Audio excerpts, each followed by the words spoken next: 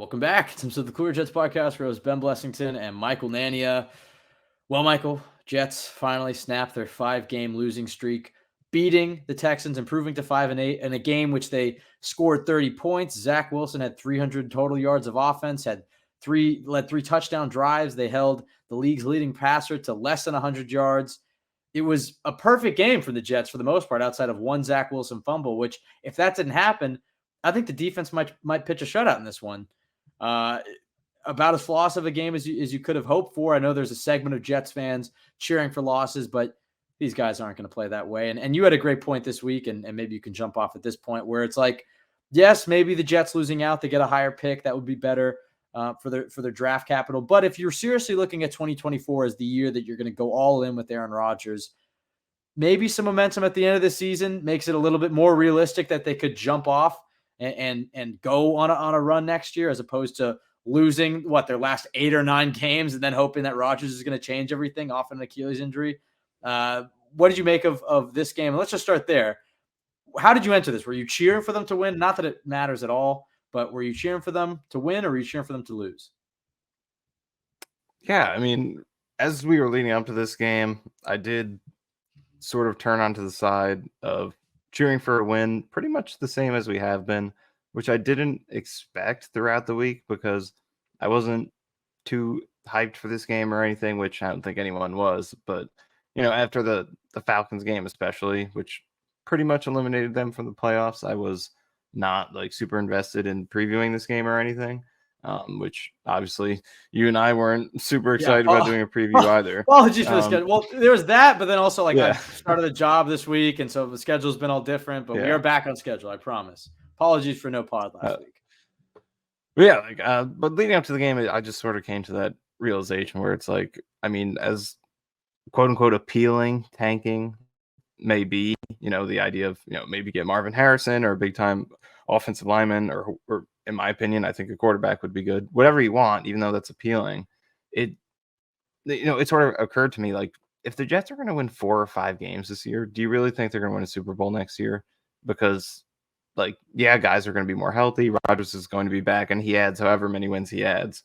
But that's the goal, to win a Super Bowl with Aaron Rodgers. It's not to be a wild card team next year. It's not to barely win the Raiders and Chargers games that maybe you would have won if you were here and things like that. The goal is to win a Super Bowl. That's why you got him. So if that's the goal, I think you still want this team to win as many games as possible, because it makes it easier to go into next year and picture, okay, here's where our floor is at. We won 7, let's say 7 or 8 games. That's, ideal. 9 would be amazing.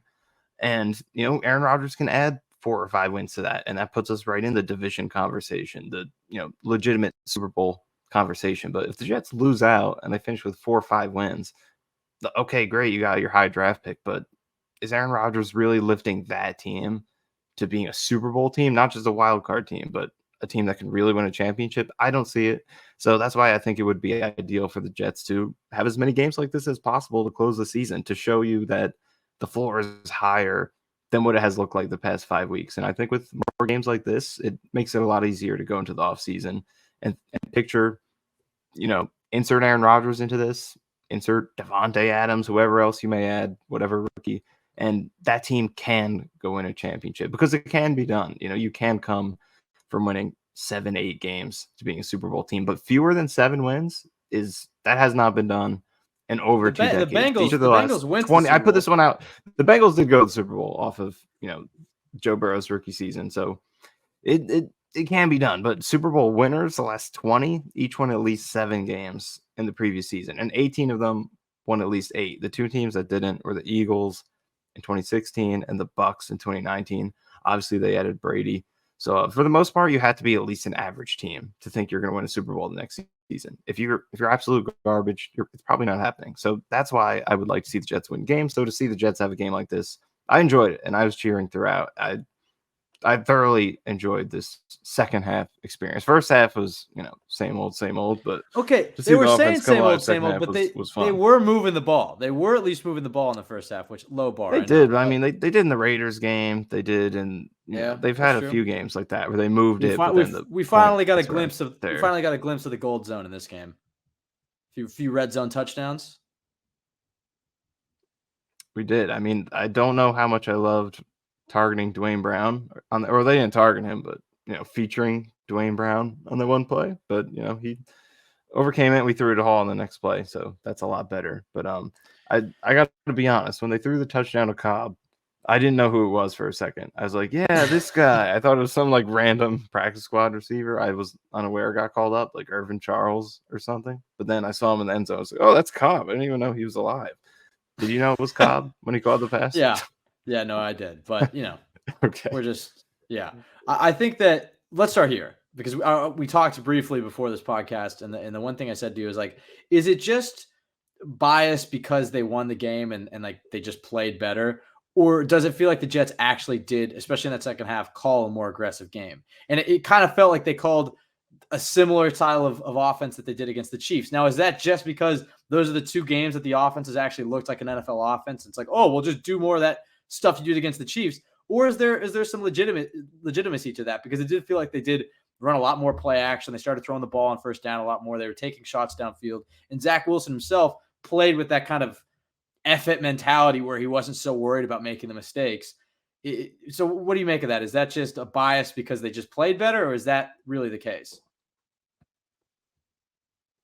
Yeah, I do think there is a degree of, they were more successful. So now we're going to act like the process was better, because I think sometimes, as you said, like when it works out in the end, then you're like, oh, that's how you should do it. Just keep doing that. And it's the same thing when things don't work. It's like, now you're not trying anymore. You're not aggressive. You don't try hard enough. You're too conservative, whatever. So sometimes it's results based like that. And I think there is a degree of that in this game because, like, as bad as the Jets are, they want to win. At least I think they do. So I'm pretty sure they've been trying up to this point, and it just hasn't been executed well. But I do think there is, a degree in this game of, okay, they did start opening up a little bit more. But I think the place where it was most evident is less so the play calling, but how Zach himself was playing. I think that's the biggest difference I noted because, like, there have been some shots called. They have done, at times more play action passing and first down passing, and just hasn't worked. Complete. Yeah. Yeah, exactly. So, but in this game, I think it was Zach's mentality himself. Like, there's that one play where he, was close. They're driving, it's close to the goal line, but he threw across his body, middle of the field, Garrett Wilson. That's a throw that I don't think he tries in the majority of games in his career. And, maybe going forward, it's not the most ideal, but in this game with his back to the wall, nothing to lose, he had the confidence to try it. And he made a great throw and it put them in position to score a touchdown. Like, plays like that, I feel like you could clearly see, like, okay, we got 4 quarters of like that Steelers fourth quarter, Panthers fourth quarter, Chiefs game, the majority of that. We got 4 quarters of that. And, it's unfortunate that it took the Jets this long to allow him to get to that point, that he has to, get benched however many times to get to this point. It has to be 4-8 to get here. So that's it's an indictment on him and the coaching staff that, they haven't been able to get to that point earlier and unlock that. But I did see that mentality in him specifically. You know what I think helped too? I do think getting benched helped, not because of like he learned all that much in the last 2 weeks or anything, but I think it did take some of the pressure because one, they lost those games, and I think the Jets season doesn't seem like they're going to go to the playoffs. We'll talk about that in a second. But also the rest of the world got to see like somebody else run this Jets offense and how it's okay. It's not all Zach Wilson. Look, I think anybody who's really actually sat down and watched the film came away at that conclusion. Like, look, I've defended Zach Wilson. I've also been honest. It's like, I don't think this guy is amazing. I've been pretty open that I do think that he's going to go somewhere. And then in year 5, year 6, year 7, be starting again. I think he's going to be on that Geno Smith art, but anybody who's watched this team knew that he wasn't the only problem. But like the broader narrative is like the Jets have this bust quarterback and they didn't trade for Josh Dobbs and he's holding the team back. And I'll couple that with, I do understand why the Jets made the QB change. Like, as much as I've defended Zach Wilson, I also understood why they did it, after that Bills game. Like, another anemic offensive performance where they're not scoring any touchdowns, and there's the rumblings about Rodgers coming back, and you just kind of looked at that 3-game stretch of like of Miami, Atlanta, and Houston. It's like, okay, well, if you can just win like 2 or 3 of these games, maybe you can put yourself in a position where Rodgers can come back and you can run the table and make the playoffs. And this offense is doing nothing, so let's put somebody else in and see if we can create some sort of spark. And win the race to 20 points game, as Saul put it. Maybe you can have a repeat of what Mike White did last year. Like, I get why they did it, but it's clear that Zach Wilson is their best option at quarterback. I mean, just think about how many plays today he made on the feet, and that all that off-platform creative playmaking that we saw from him today, that you're just not going to get from a Tim Boyle or Trevor Siemian, or frankly, you're not going to get from an Aaron Rodgers off one Achilles for the talk about him coming back and playing this year, which I think is hopefully died out, but still floating out there in the ether. I'm happy for Zach Wilson. Obviously, I'm a Jets fan first, but the guy has taken so many shots this season and is really his entire career, and it's just eating shit from the New York media and NFL fans around the league, making fun of him for stumbling, backpedaling onto the field a couple weeks ago, and he just seems like he's just made fun of and memed at every turn, like more so than any other athlete I've seen. So I'm glad he finally got to have a wire-to-wire good game, good performance. Outside of the one fumble, but like you can't really kill him for that. It was a great play. He got like 20 yards and it's in the rain and he fumbled. Okay, whatever. It didn't cost the Jets. So I feel happy for him there. But I think that the big thing is like the pressure was alleviated because the Jets aren't in a playoff position and the rest of the world got to see somebody else run the offense. And I think that allowed him to play a little bit more free. The other thing I think he did was he keyed in on Garrett Wilson. Like the target distribution that you saw in this game was really similar to what you'd kind of been talking about leading into the season, where it's like it's going to be the Garrett and Brees show, and then the tight ends are going to have to carry it. And let's just be honest, that's not a winning recipe to not have a competent receiver 2 or a receiver 3. But that was what the Jets recipe was going to be, especially after Corey Davis retired. And as the season unfolded, you got to see how ineffective Lazard was. It frustrated me so many times, the amount of third downs where it's like, why is his first read not Garrett Wilson every play? And like, I don't know if that's on coaching or if that's on Zach. And maybe that's too, I don't want to like too rudimentary to be like, well, just focus in on Garrett Wilson every third down. But like, why are we keying in on Xavier Gibson and Alan Lazard on third down? Where it's like, I don't care if it's double coverage, but like Garrett Wilson should be your first read. I don't know how you feel about it, but it did feel like he really focused on getting the ball to 17. What did you kind of make of the target distribution in this one?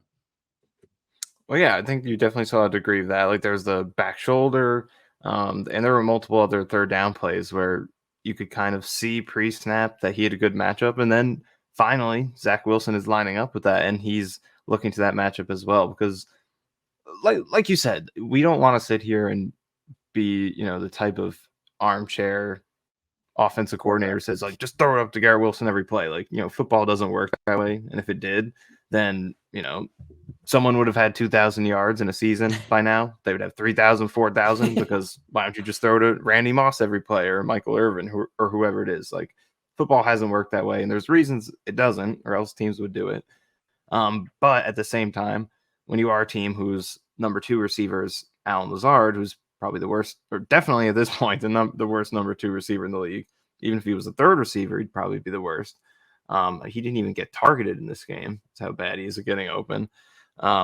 When that is your, when that's the talent you have at your disposal, and you have Brees Hall and you have good tight ends, then, it makes sense. Like, let's kind of put those other receivers on the back burner. Let's emphasize Garrett Wilson as much as we realistically can.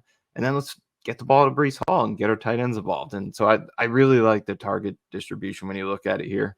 Garrett Wilson leads with 14, which is obviously very high on 36 passes. Then 9 targets for Hall is great. Like, I think I want to see a lot more of that because it feels like every time he's emphasized as a receiver, he delivers. He's always been very efficient with the receptions that he gets. And then the tight ends, like Jeremy Rucker doesn't get targeted a lot, but his hands, when he has gotten good opportunities this year, have been really good, and he's run good routes. And then Conklin this season has been like, he's been awesome. Like, maybe he doesn't have the receiving yards because the quarterbacks have not been good. Nothing's been good, but like just purely his hands when he's been targeted, he's made so many great receptions this year. Been very reliable catching the ball, and he came through again in this game. They hit, I think twice Zach targeted him, on a seam, like just one-on-one, give him a shot to make a play. And then Rucker, on that scramble drill play where Zach put it, nice inside placement away from the defender, and then Rucker makes a circus catch.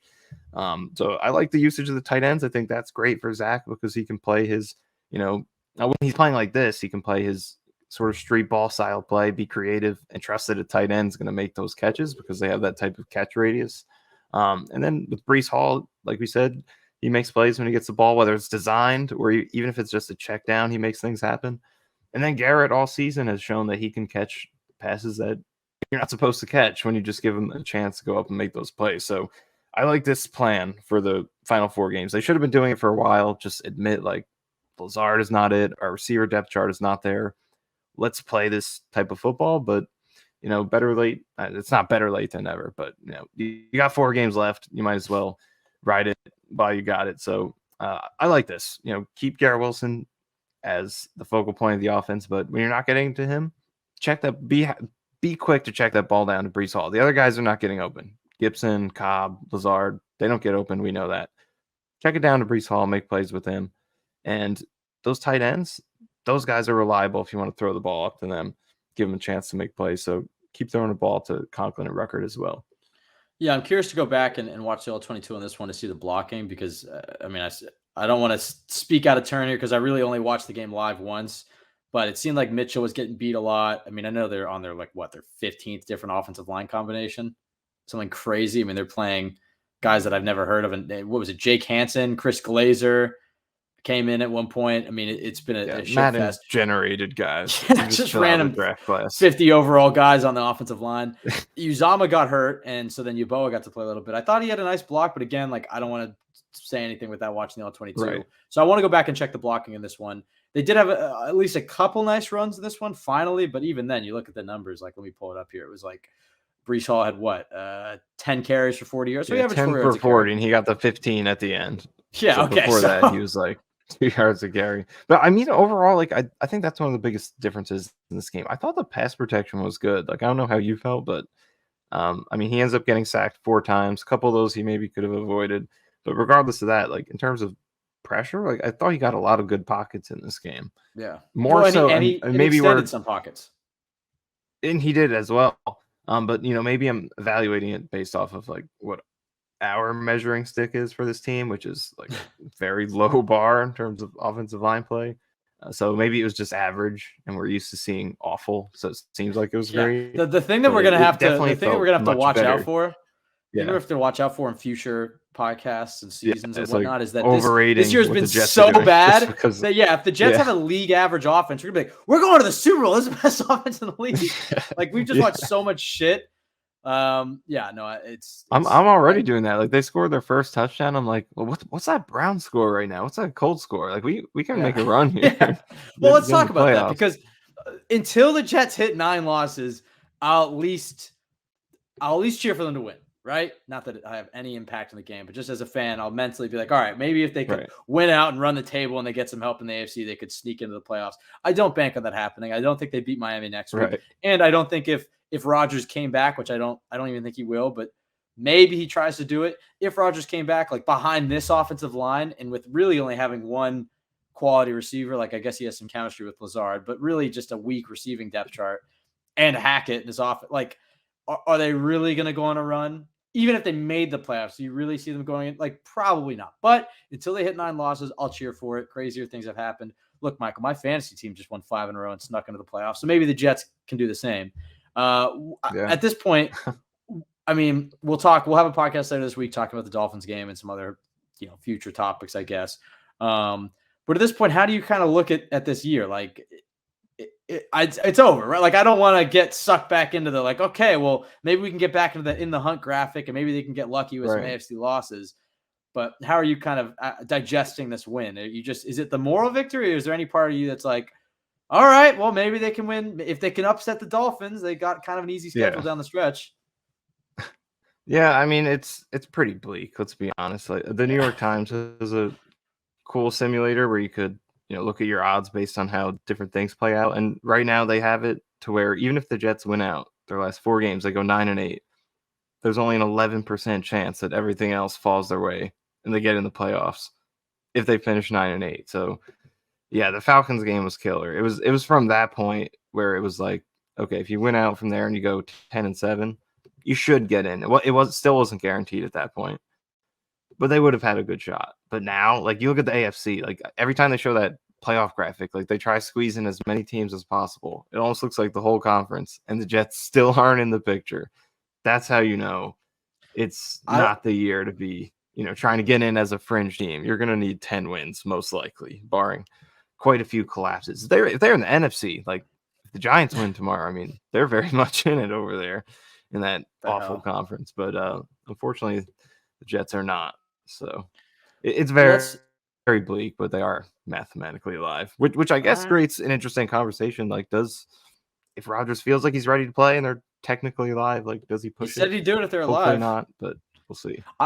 I think, well, I was going to say, I think the game that he really could play is the last game of the season. If he really wants to have the moral victory of like, I came back in the same season from an Achilles injury. Like if he just wants that for his legacy, that makes sense. Because I know he's targeted the Commanders game. And look, as you said, like if they upset the Dolphins, the potential that he plays in that game increases astronomically. Although if Zach Wilson were coming off of back-to-back games, back-to-back wins, right, that's the thing. If you beat Miami, Zach Wilson probably played really well. That's and like factor. How many plays in this game is Rodgers? I mean, look, like Rodgers is going to be a lot better at the line of scrimmage. I'm sure that Rodgers would lead some touchdown drives, but there are a lot of plays in this one that Zach Wilson had to make plays with his feet. Behind this patchwork Madden-generated offensive line, do you want to stick your Hall of Fame 40-year-old quarterback on one Achilles back there? Like, I don't think so. I still think it's a pipe dream. I do think that if they had won, like if they beat the Raiders and then if they beat the Falcons, like I do think he would have tried to do it because you could make a realistic argument for it. At this point, I don't think so. But if he wants the moral victory, it would be that Pats game. Because if you bring him back for that Commanders game, he's got to go play Myles Garrett in this, in a great Cleveland defense on 5 days on Thursday Night Football on the road. Like, are you really going to do that to your 40-year-old quarterback? So I don't really see it. But it is, as long as they're still alive, we'll I guess we'll keep cheering for it. I guess we can talk about the defense too, which just never gets talked about in the podcast because it's like defense and they don't score and whatever. But like just maybe their best game of the season. I mean, you could argue some other ones. I mean, maybe the Eagles and whatnot. But just in terms of like you're facing this, I know he's a rookie quarterback, but you're facing a guy who leads the league in passing yards. You held him to under 100 yards. You probably would have had a shutout without that one fumble. And I think the Texans had 1 third down conversion the entire game. Let me double check that. Yeah, 1 third down conversion. They were 1 for 12, 0 for 3 on fourth down. Just another dominant defensive performance. So I don't know where you want to go with that, but I mean, I don't know what else there is to say about this Jets defense other than it's been wasted by an awful offense. But this defense is proven week in and week out. It's a broken record at this point, which is a testament to how great they are. Because like I was saying this at halftime, where it was like, it's crazy how we can't appreciate this defense more. Like because at halftime, Houston had negative passing yards, which is insane when you consider how good he's been, how good this offense has been. And it's like you can't even appreciate it because it's like this doesn't even matter because our offense can't do anything. But finally you get a victory, so you can appreciate the impact of the defense playing that well. But I mean, yeah, they deserve their credit because they are the reason that the conversations about the Jets are what they are in terms of like, it feels like the Jets are missing a window of opportunity and not that they're a complete dumpster fire. Like, because it could be an average defense, below average defense, and the Jets could have 1 win right now. And it's just a complete mess of a franchise. But the reason it's also frustrating is because of this defense. Like, it's ready to go win a championship and they continue to prove it week in, week out. But I think the cornerbacks were the star of the show. Yeah. I mean, they always are, but they very much carried this game. Like pass rush, there were a lot of reps where I felt like pass rush wasn't really getting home. I mean, they finished with 4 or 5 sacks, but a lot of those were, created by the coverage. But it feels like every time the corners were challenged, they came through. Yeah. In the end, they had more pass deflections, the cornerbacks did, than the Houston receivers.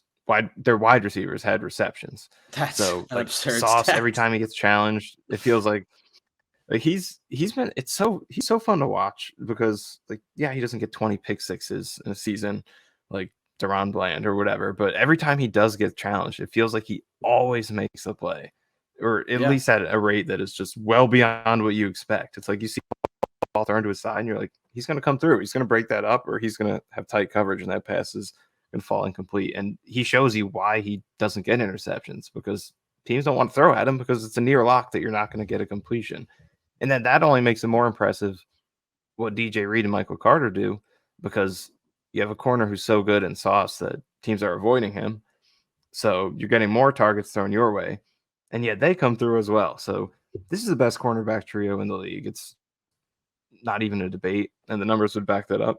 And regardless of the Jets' record, I think we should all appreciate what we're getting to watch with those guys. It's one of the best units in the history of this franchise. It's like it's not an exaggeration to say that. Like, it's up there with, in the end, it's going to be up there with all those greats, like the sack exchange, or whatever unit you want to put up there, like iconic Jets units.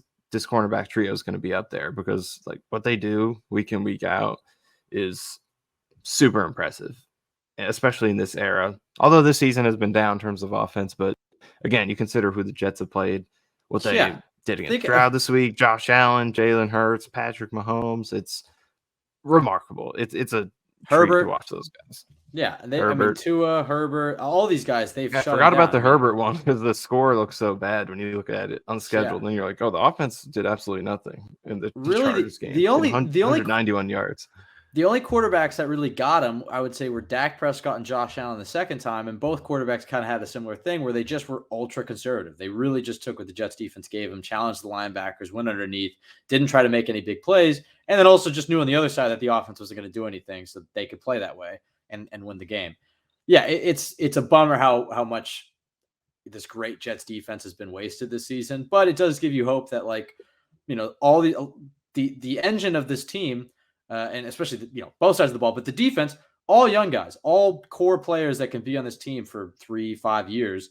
And so there isn't really any reason that they can't come back next year and still have a dominant defense. And like, I know defensive success year to year is a hard thing to maintain, but I think you've seen with with San Francisco that they year to year, after losing Saleh, after using D'Amico Ryans, year to year, they've been able to maintain themselves as a good unit because they had young cornerstone players in that team like Bosa, like Fred Warner. And then they just, they have their style of play, and the coaching staff and the front office work together, and they draft players that fit that style of play, and the coaching staff knows it so well, what to look for, what traits to look for. And I think you've seen that Joe Douglas and Robert Saleh on the defensive side of the ball have done a great job of working together and really building an elite unit. On the offensive side of the ball, it's a shit show. Let's just be honest here. And I don't know if Aaron Rodgers is the magic elixir, but we'll see what they do over the offseason. If they get a healthy Rodgers, if they're able to bring in a better offensive tackle, if they're able to bring in a better second receiver, if they can beef up the O-line and just bring in somebody else out wide and you have Aaron Rodgers,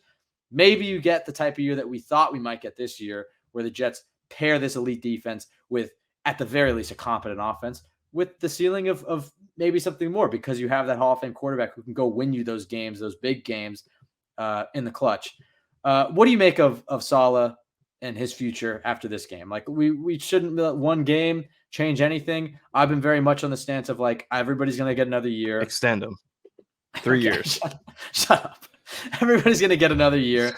And you've been kind of more in the fire Saleh train, which, there's been a lot of steam it's gained the last couple of weeks. It's like, maybe this guy is just a great defensive coordinator. Maybe he isn't the head coach that's going to take the Jets to the promised land. The phrase you used last time, which I think the last podcast we had, I think, was after the Dolphins game, so it's been a while, with this toothpaste ad over here over my shoulder, was that you can find somebody that can raise the ceiling of what you're trying to build. Now, I think that, look, with Rodgers coming back, with his young core, everybody's going to get 2024. And if it's another shitty season, I think Saleh's gone, and maybe Joe Douglas is gone, and whatever. We had a whole conversation on who deserves more blame, and then we had a conversation on, like, how, if they're tied to Hackett, what can they do to change this offense? And I think, like, Todd Downing is probably the easy fall guy. He's the passing game coordinator. He has a heavy role in designing the offense and the passing concepts, and those have sucked this year. So I think Downing gets fired regardless. Maybe Keith Carter, who, there's that famous quote I tweeted out this week from Taylor Lewan, who played under him in Tennessee. He talked about how brutal the practices are and how they're hard for older players. But even, that would apply to all players. I know Keith Carter isn't running the practices, so again, this would fall on Saleh. But he was just talking about how in Tennessee, his experience under Keith Carter was, it felt like the wheels kind of fell off at the end of the season because those guys were just getting run into the ground. You can look at the receiver coach, QB coach, whatever. But if they have to keep Hackett because they have Rodgers, like, who could they fire? That was our whole discussion last week. And then they put up this game with 30 points in the rain. The Jets win. Does it erase the last, what is it? What week were we in? This is such a haze. What was this, week 13? Week 14? Help me out here. 14. Bueller? 14. Okay. Doesn't erase the previous 14, 13 weeks. But and you can't put lipstick on a pig and act like this Jets offense is, or this Jets team is moving in the right direction. Even to our earlier point talking about, like, if you believe they can make that jump in 2024, you kind of want them to have some momentum and show some progress this year. But at the end of the day, Michael, you finally had about as perfect of a Jets game as you could ask for from offense, defense, and special teams. Does it change anything in the way that you view how they should handle Saleh at the end of the season? We can talk about Hackett afterwards, but specifically with Saleh, you've been very much on the pro fire Saleh bandwagon. Does this change anything? Yeah, I mean, I can't say one game changes too much. We'll see how the final 4 games go and how they can wrap it up, in totality over these final 5 games. Because they could lose the next 4 and we never even care about this game again. But it's a step in the right direction. But I mean, really, the overall argument for me with moving on from Saleh, from Hackett, just kind of being a little more aggressive with the upheaval this offseason is kind of what you said. Is I feel like you can find a coaching staff and a head coach that raises the ceiling a little bit more, especially on the offensive side of the ball. So that's what my whole argument is, and I don't think one game changes that. So if they finish strong, am I going to argue that he should be fired? No. They have a good finish here and he shows some respectability, then okay, you can earn that second chance with Rodgers next year for sure. But still 4 games to go, so it probably would be best to see how it goes and then evaluate it at the end. But more games like this is what we're trying to see. More of a ceiling on offense, and just that's really it. Because I mean, defense, there's not much to say, but offense, I'm just trying to see that upside. And even in this game, like we're saying, this game, it was 2 quarters. Like that's true. Got shut out in the first half. That's true. I did say that earlier. I was like, Zach Wilson had a even the 30 wire points good is game, and kind of misleading at the end. Like in the end, they have a 30 on the scoreboard, but their last 3 field goals, they had negative yards on all those drives because they were just set up off of turnover on down. So they really only scored 21 points, which is, again, like this is what we said earlier. Remember, like we can't overrate what happens because our standards are so low. This is what happened. They scored 21 points at home against a Texans team that is not high ranked on defense. I mean, they came to this game.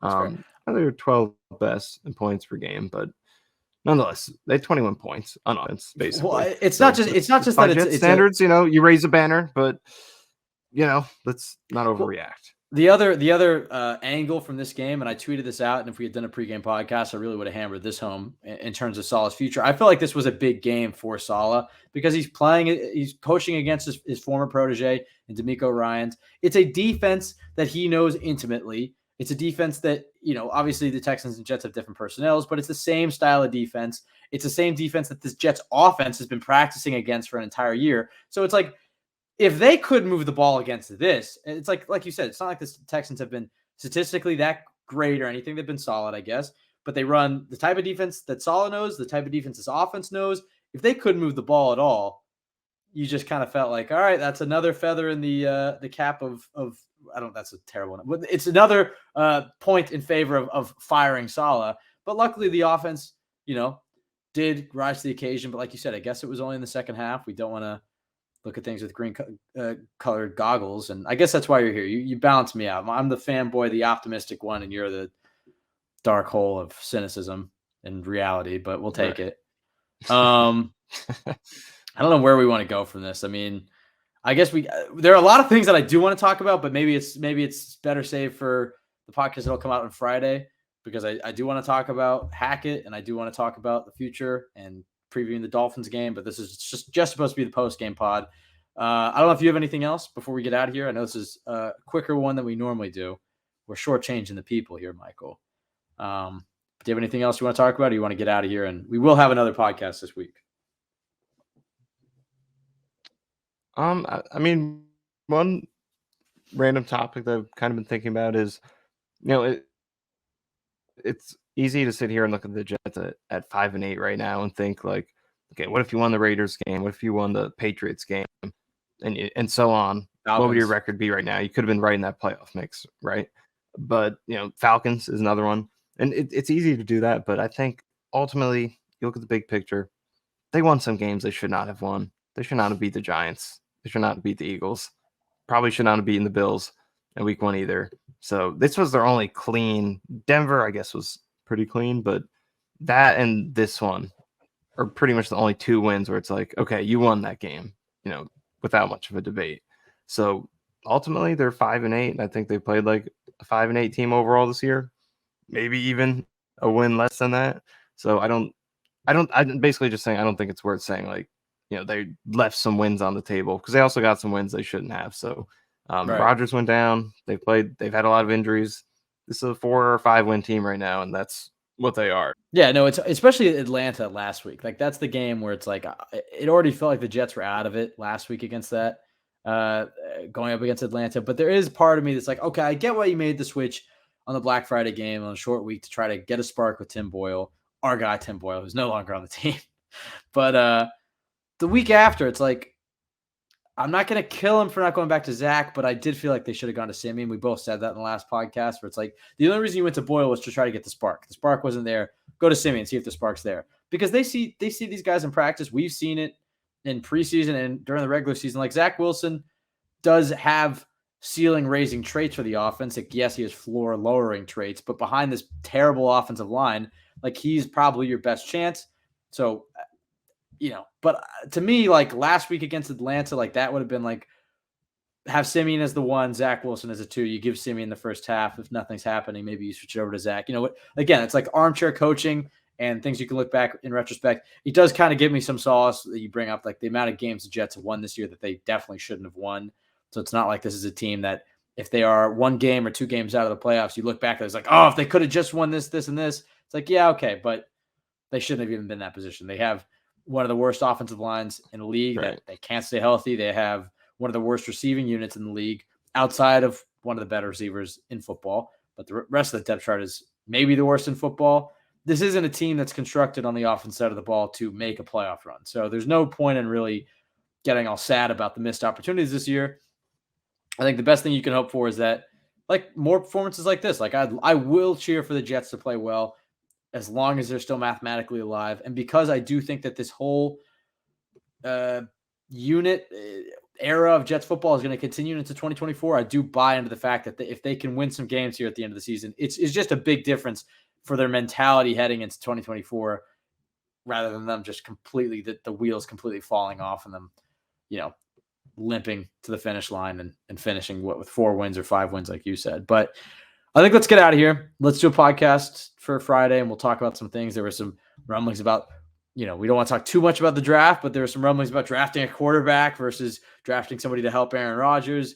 There's more stuff about Hack I'd like to talk about. We'll have a chance to watch the All-22 and really dive into some of the things that stood out to us. But glad we got a podcast out, Michael, this week on schedule for the first time in a minute. So thank you for everybody for listening. We're sorry about the lack of a schedule this past week or so. But we're getting back on it. You can follow us at DYJ Pod on Twitter, Michael _Nania, myself, Ben W. Blessington. Go to jetsxfactor.com, best place to go for Jets content.